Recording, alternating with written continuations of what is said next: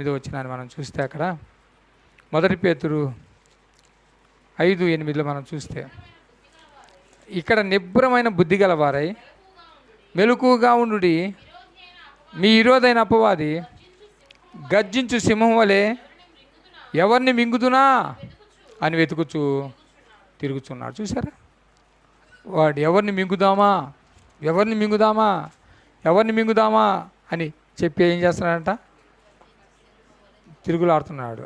వాడు గర్జించే సింహంలాగా ఉన్నాడు. అందుకు మీరేం చేయాలా, మెలకువగా ఉండి ప్రార్థన చేయాలా తప్పించబడాలంటే.